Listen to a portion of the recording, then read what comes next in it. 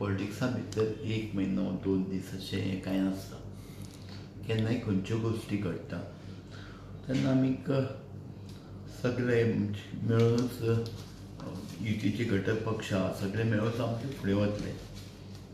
आनीक तेंच्यांनी सांगले ते प्रमाणे 1 म्हयन्याचो आमी तेंचेर डिस्कशन करतले उलयतले.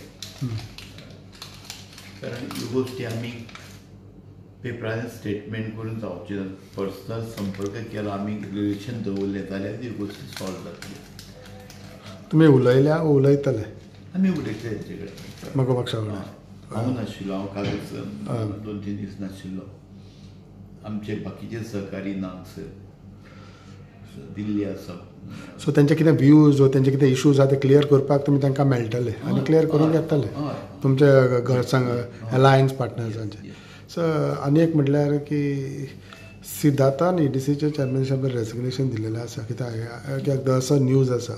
ना म्हाका हांवें काल न्यूज पेपराचेर करेक्ट पण म्हाका खबर CM ऑफिसांत दिल्यार आमचें कम्युनिकेशन तशें सदांच नासता. मागीर फाल्यां बी एकाचें आज फाल्यां कळत. 2 जाण MLA आमदार तुमी मगो आमदार म्हणल्यार फॉर्मर MLAs काँग्रेसाचे हाडून कितले तुमच्या गव्हर्मेंटाक स्टेबलपण येयलां अशें दिसता तुमकां?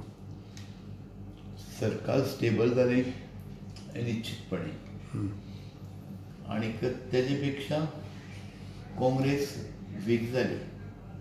कारण 1-2 बहुजन समाजाचे नेते म्हटल्यार की जो 6 टर्म्स निवडून येता तो काँग्रेस पक्षाचो अध्यक्ष आशिल्लो तो पार्टी सोडून वता.